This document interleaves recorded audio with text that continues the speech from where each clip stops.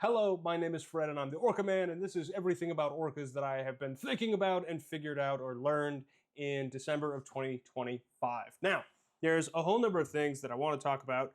First and foremost is the Gladis killer whales, right? So the Gladis Orcas are the ones that are sinking boats in the Strait of Gibraltar, but they're not doing it because they're like, oh my god, I want to sink boats. They're doing it because they are having fun.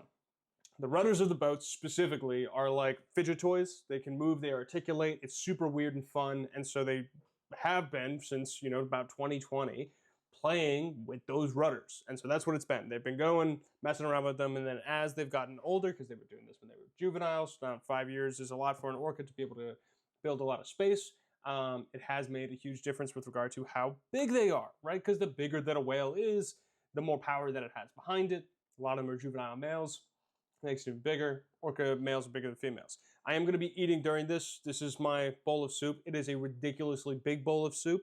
It is chicken and noodle soup with laksa broth. It's from a Vietnamese place, I'm pretty sure, up over by UBC called Gold Train Express. It is my favorite. So if I'm eating and that cut goes through, and for you guys watching on live, too bad. It's great. I also have the Canada Dry, a cranberry ginger ale, water, and some Dominican rum. So, cheers. A lot of fun to be had. Okay, the Gladis killer whales. I knew that they had sunk 6 boats. I think is the last number that I clocked because I had a running tally specifically trying to not only know where the boats sank, but where, when, and how as well. I think it was in volume 5 of the World of Orcas zine that I put through the little sneak peek of what's to come. Nope, it wasn't volume 5. Maybe it was volume 6. Ooh, this is hot. I had it in the thing. I can't leave that on my lap. Was it 7? I'm really bad at this. It actually could have been July. Let's see about July. Was it in July? Yeah, there we go. 1, 2, 3, 4, 5, 6. Okay, it was 6. So then there was 7. I think another one happened like in the fall of this year. And then there's one that potentially occurred in early December that sank just after that. So they're going crazy and it's happening not more, but just in a different kind of cadence.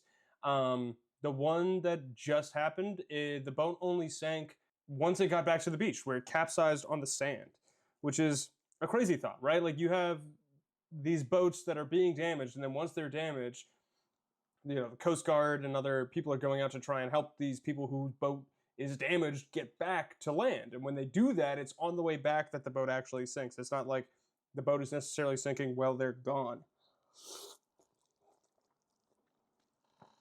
If you all haven't had Vietnamese or laksa soup in general, it is the best.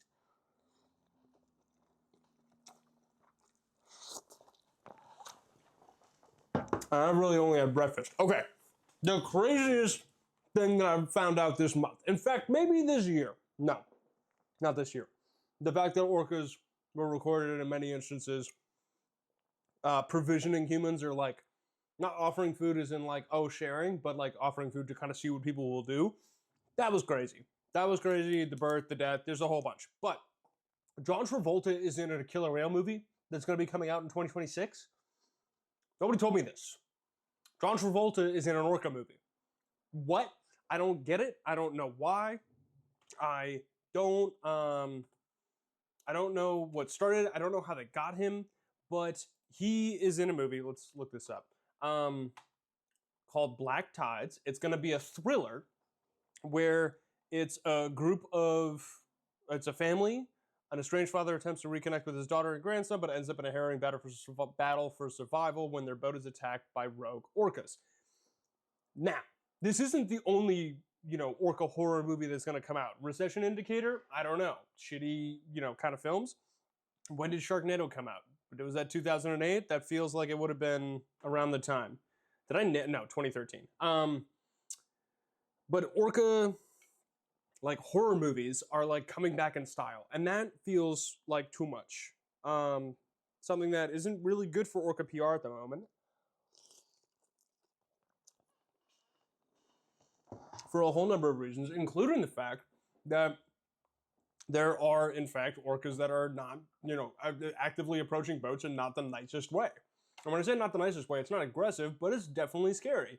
And so if you're going to have a whole movie about, like, the fear behind that and, like, a killer whale kind of toppling them, it's probably one of the reasons that it got made is because it's hot news. But it's a really shitty thing to do for the whales.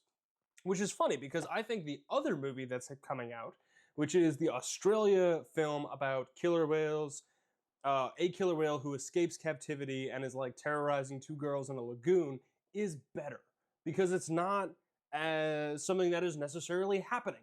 It feels more fiction based, like more, I don't know, 47 meters, 49 meters down, 47 meters down, than an event that is occurring and is actually causing harm to the whales because people are shooting them, people are polluting, people like people in Spain have gotten, like, detained for, like, actively going around and harming orcas, which isn't great, and we don't want to continue that. But John Travolta being in the movie is insane.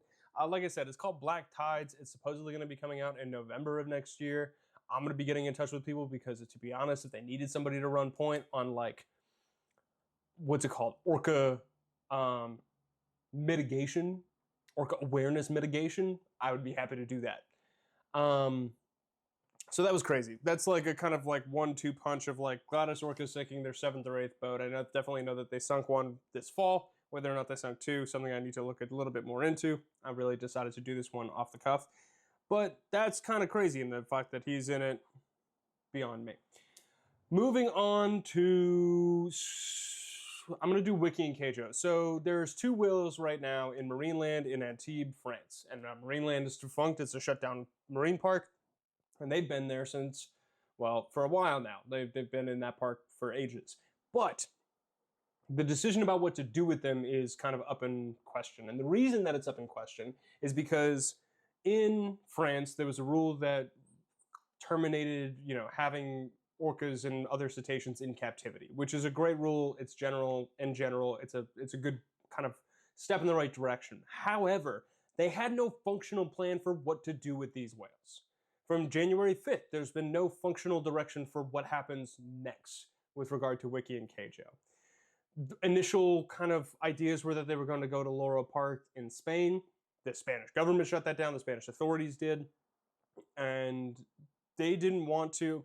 I don't know if they didn't want to or they're not going to send them to Japan, which is, like, generally a good idea because in terms of Aquarius practices, one of the things that is hopefully not going to happen with these whales is they'll be able to be bred further, which wouldn't be great. So figuring out kind of where they could go with regard to a facility that would take them, let alone take care of them for an extended period of time, there's a huge challenge there. Like, it's massive. And part of that challenge is finding places that do either exist or moving to existence. That's the reason that Loro Park was kind of explored in the beginning and ultimately shut down, was just the Spanish government didn't think it could be. But another organization, let's call them, that has put their application forward about what could happen is the Whale Sanctuary Project. Now, they initially put in an application to take the whales in the spring of this year, and that application was denied. The French government said, no, there's no way we can do this, it's dumb, it doesn't work, which makes sense, and that's okay. But from there, over the past, 7, 8 months, like a while after that, this fall, the Whale Sanctuary Permit or Sanctuary Project for the very first time got a permit to be able to use the lands that they wanted in Nova Scotia, Canada, to build the pen. The pen isn't built. They got the application pushed through. This organization has existed for 10 years, and this is the first permit that they've ever received to actually take a step forward in the process of making it real. They've developed plans and ideas and are pseudo ready to implement them, but the degree and the time at which they're able to implement them is beyond me. It's really, it takes a lot of time to develop something like that and a lot of money that I don't and have not seen that they have. That being said, just recently, the past few days, the Marineland Antibes decided to promote the fact that they had come to an agreement with the Whale Sanctuary Project that is ultimately where the whales could go. That's fine and dandy, but like I said before, the Whale Sanctuary Project doesn't functionally exist as a place yet. So that means we have a long ways ahead with regard to the amount of time that it's going to take for a sanctuary to be built, let alone able to actually take in the whales and then have the money to take care of them over time. Now, all of this in general isn't a great situation, but it's exacerbated by the people that are now taking advantage of Marineland and Antibes in their closed state. It's a closed marine park. That means that it's largely abandoned. There are trainers at the park taking care of the whales, going and feeding them and giving them nourishment in different ways and things like that, but there's not like people there all the time. And because there's not people there all the time, and Seth Lawless has been putting out videos to try and bring awareness to the situation, which is good-ish in its own way, but it also means that people are realizing that they can get into the park. Don't go into the park. Don't try to see these whales. That is one of the dumbest things you could do, not only for them and their safety, but you and your safety. Because it's an abandoned marine park. If anything were to happen, and when I say anything here, I don't necessarily mean the killer whale attacking you. I mean like you fall in the pool, you slip and hit your head. You don't know what these places are. And if you're going at night, which people are doing, it's incredibly harmful. It's not good for other people to start doing. And it's going to only cost them more money, exacerbating the situation that already exists. Don't go to the marine park. If a marine park is closed and there's like not access there, don't go there. And if you do, don't post about it. Like that, it only makes it worse. That's the problem that I have right now with anybody that's going and seeing whales and snorkeling with them in Norway. I'm like, you want to create your own videos, that's fine. You want to do it personally and like enjoy your experience, I can get on board with that. Do not, under any circumstances, do a wildlife experience to try and get Instagram like content from it. Oh my God, I went and swam with orcas. Shut up, don't do that. There's so many people that are like actively getting in the water at a certain point. It's largely unregulated, and I don't know that that's necessarily a thing that people should be doing personally, right? Not only personally, like that's based on the researchers that I trust and respect in this field, explaining the problems that they see with it. They're breaking regulations that in where I am right now in British Columbia, we have some of the most strictest whale watching regulations, period, in the world. There are strict distances that you're allowed to go. People break them all the time. When not whale watchers, this is personal vessels on this front. And it's devastating to see. And it does have like bad effects on the whales. And that is the last thing that anybody wants.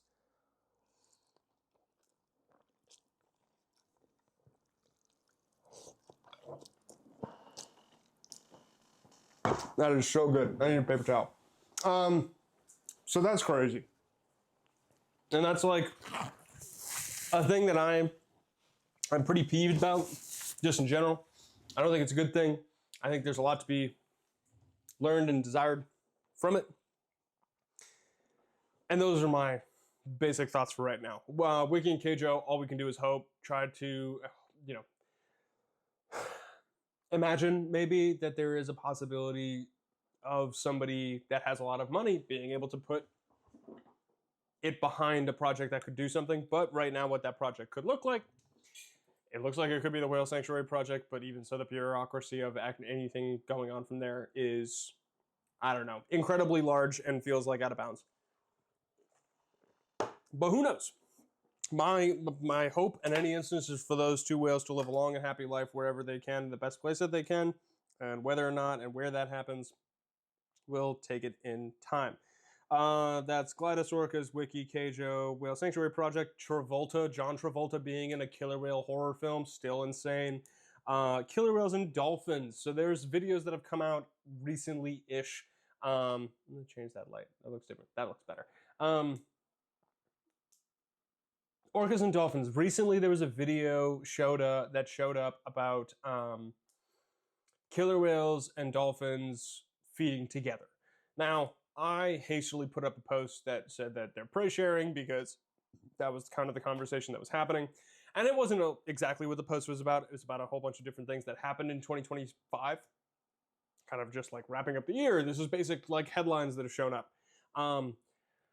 But the essence of what that paper is, or the essence of kind of the things that have shown up from there, is the fact that killer whales were seen in proximity to dolphins while they were preying, and dolphins were eating some of the scraps that existed.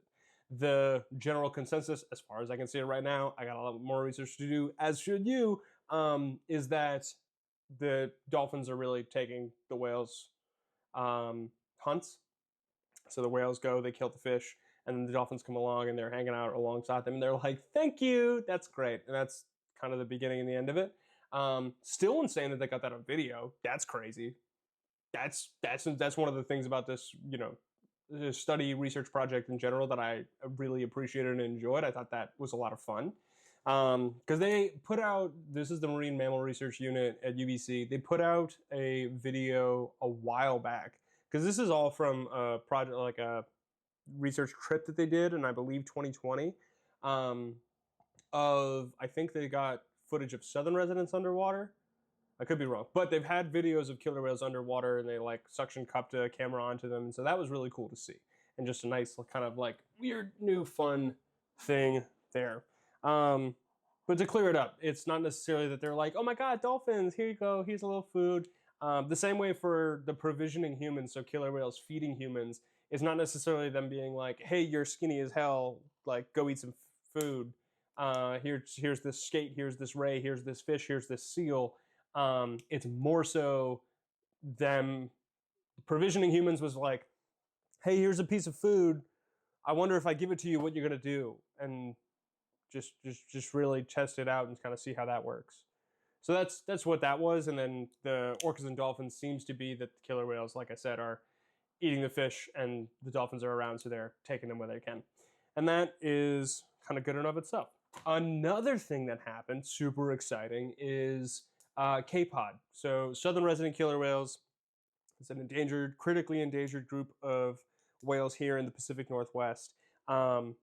74 of them, technically 75 right now. That number is highly, loosey-goosey, if only because calves don't necessarily last all the time. And so like complete numbers of what the killer whales, what amount of orcas are in that group at any given point, largely goes by official numbers. You don't need to worry about that. They had a new baby. That's so exciting. K-pod had his baby. My friend Tamara from Orca Conservancy was down in Washington, seeing the pod as it was going through, and I believe she might have been the first to see it. I can add the video if she'll let me, and I can tag her and otherwise, so you can have fun with that. It's super cute, and it's so nice, and it's so fun for especially too whale watching down in Washington, which has been happening a lot more. To see more people get kind of excited and into it is so great. So huge fan of that. Big fan of that. Speaking of, also in Washington right now with the atmospheric river, that's insane. And it's ridiculous. And if there is a way to support that I can find, I will add it in the caption. For those of you who don't know, we have like an insane atmospheric river going through the Pacific Northwest of North America right now, or like the West, depending on what you call it, whatever. Oregon, Washington, British Columbia is getting dumped on with rain. And when I say dumped on, it's so much that it's bringing the rivers to levels that we haven't seen them before. We had droughts this summer, and now there's more water than we could ever imagine. And what you do with that information and how do you organize it is a whole big question that not everybody has the answer to. We don't have the infrastructure right now, especially in a lot of these places, to deal with hurricane type kind of storms coming through. So it's a lot of working together and trying to figure out to get that better. So if you are planning on coming to the PNW anytime soon, keep aware of that and try to help out where you can. So that's kind of a huge other thing that's currently happening. Otherwise, though, in terms of stuff that's happened recently, I was very lucky to be at Oceanwise. It's a conservation organization, research organization here in BC, had a youth career fair that I went to, and it was a lot of fun. I was trying to tell people about the platform and what it is that I do, and the plans and things like that. So it's super fun and exciting to kind of talk to people about this, and that was one thing that I haven't done as much recently that I think I want to do more, is just actively try to see and chat people up about killer whales, right? In person is a lot better, if only because you can actually feed off of energy more, and so that's a super exciting thing to kind of create the spaces for that. And speaking of, I also it would be absolutely done by the time that this is out because I'm not posting this tomorrow, but have a pop-up going on at Killer Ice Cream. It's an ice cream shop here in Vancouver. I have extra shirts, hats, zines. I have the World of Orca zine. I publish it every month. I have the 8 of 2025 all published and ready right now. I'm selling them as a collection. You can also get a 2026 annual subscription until December 31st.